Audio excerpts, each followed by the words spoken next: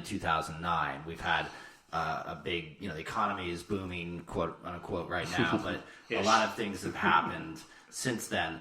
But in your space specifically, because when you guys hit the scene, we'll talk more about the sort of culture that surrounds Saturday, retail, and where the surf industry's gone. But in your specific space, doing what you did early on, it was very fresh, it was very new, and in many ways, I think you had invented sort of a corner of the market, of the continuum of sort of surf culture and fashion.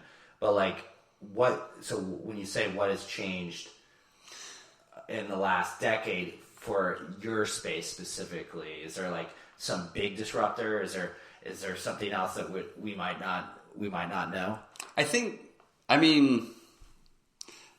Not for us when we first started, so this was my initial concept before is I grew up in Southern California, and there's a surf shop called Surfside Sports, similar to an Unsound or something like that in the area. And literally that shop raised me and all of our friends, and that's where everything went down from,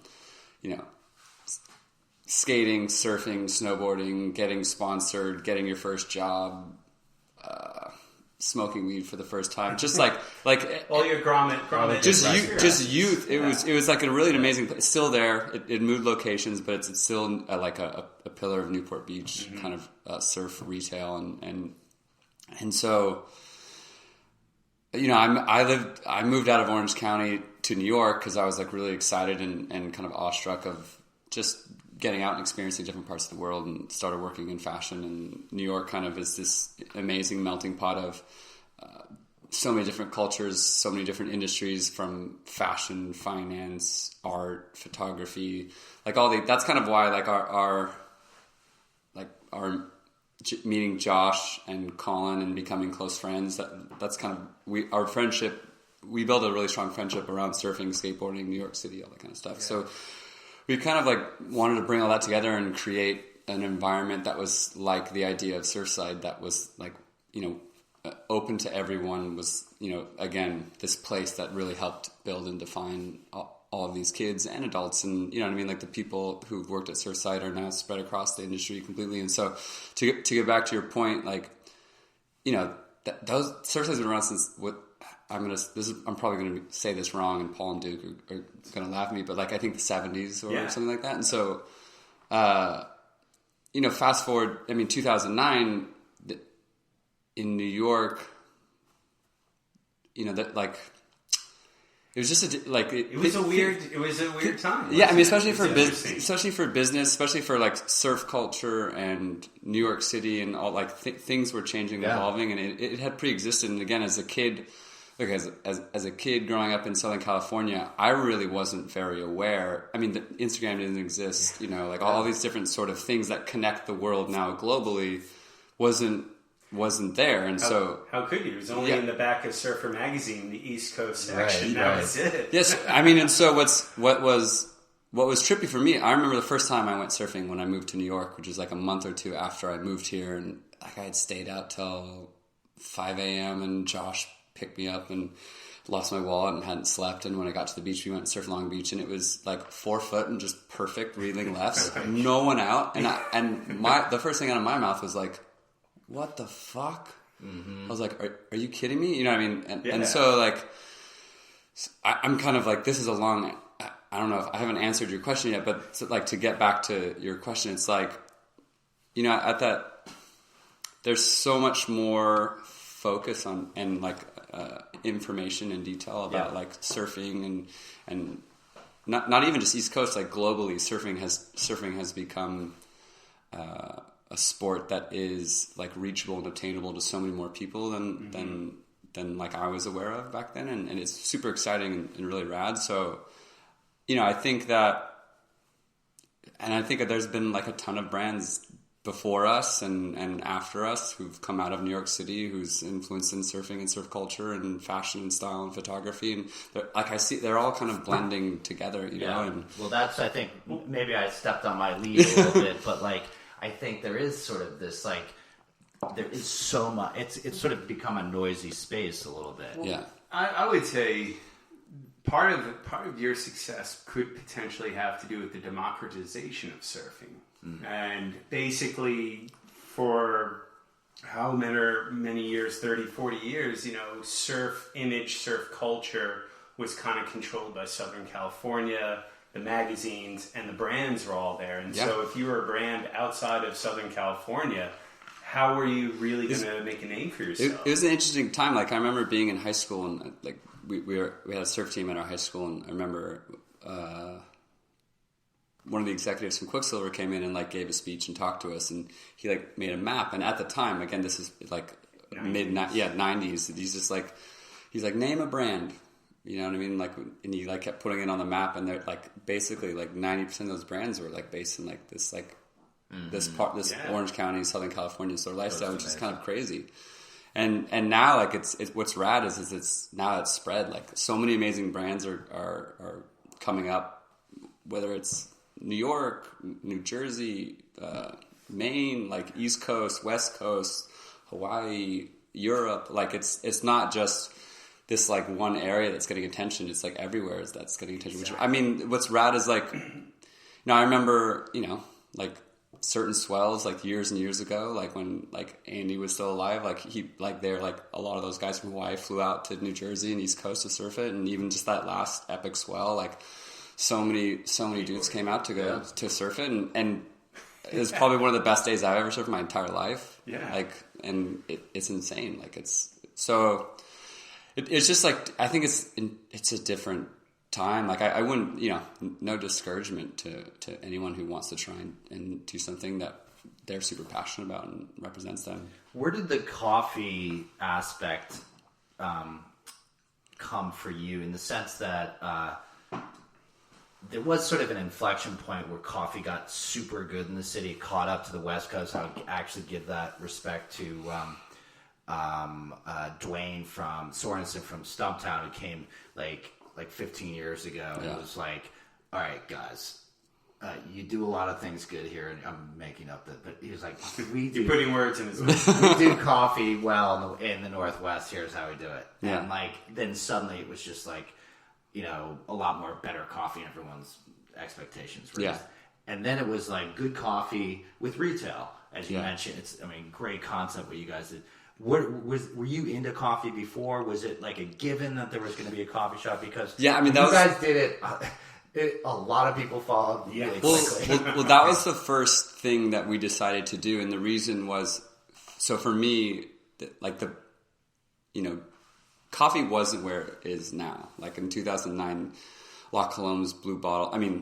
Again, I don't know when these companies actually started. Obviously, La Colombe was supplying coffee beans to high-end like restaurants and hotels and things like that. And so I don't want to like speak out of turn, but in general, like the best coffee that I got in the city was 9th Street Espresso, and a lot of these other cafes and coffee shops like weren't.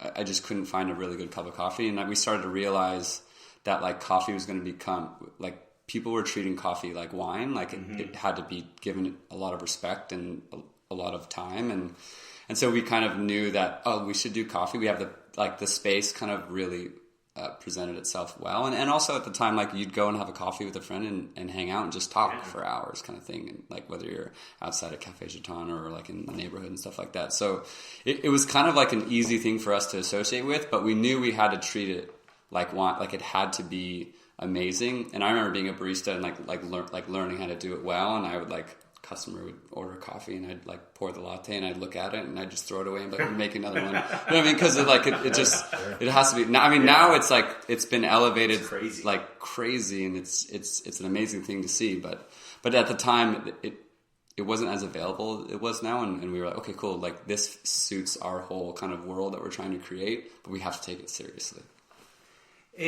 So I have to admit, when you guys first started, I was skeptical.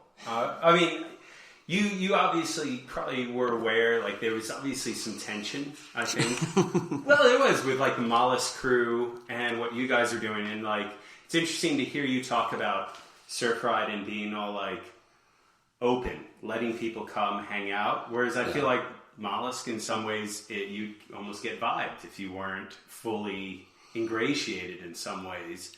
And I don't know, like, were you aware of that tension? Were you guys, like, kind of thinking about it, or were you just, like, heads down, like, no time to focus on it? I grew up in Southern California and understand, like, surfing and, just the culture around it in general. So, I mean, there was never any issues. And actually, like, I remember when I first went to Mollusk when it was around, I was like, this is fucking awesome. You know what I mean? I didn't know about Mollusk in LA or California. I just knew, like, Surfside and Jack's were, like, the two surf shops that I knew about. And still good friends with those guys to this day. And that's where my inspiration came from, is, like, this is where I grew up. And these like, Surfside was, like, the place I worked from 15 to 22. And, you know, just, like, all the different types of skaters, surfers, it was just part of our world. And so, like, we really wanted to recreate that. And, you know, like, we weren't really aware of too much attention or anything like that. But also I know, you know, like, just traveling in general and surfing at places you're not from. And even in California alone, a state that I'm, like, born and raised in, it's like, there's places that we'd go surf, and at the time, like, as a kid, like, you knew you had to be careful if you paddled out here, or you knew you had to be like, respectful here. And it was just a general theme, I think, that, like, ran across I think just how people act normally. Like, if you're new to a certain environment, like, you have to be respectful, and you have to come at it in a way that, you know, is honest. And that's kind of what we tried to do. And yeah, I think you guys, like, I was definitely one of the naysayers at first, and I owe you guys an apology. No, it's because I think, especially when you're younger, you caught up in a lot of bullshit, and, like, surf image and the attitude and being all like, oh, I'm from New York, who are these guys from out of town coming here and trying to market New York surfing, was like, it was definitely like, oh, but I think over time, you guys, and, like, Danny actually said this, he gave you a really nice quote. He's like, you know, they're just really good, hardworking guys who just put their heads down. And you guys just did that, and just did what you did really well. Yeah. And you opened up, like, a whole new market. Like, there have been many attempts at the higher end for surfwear.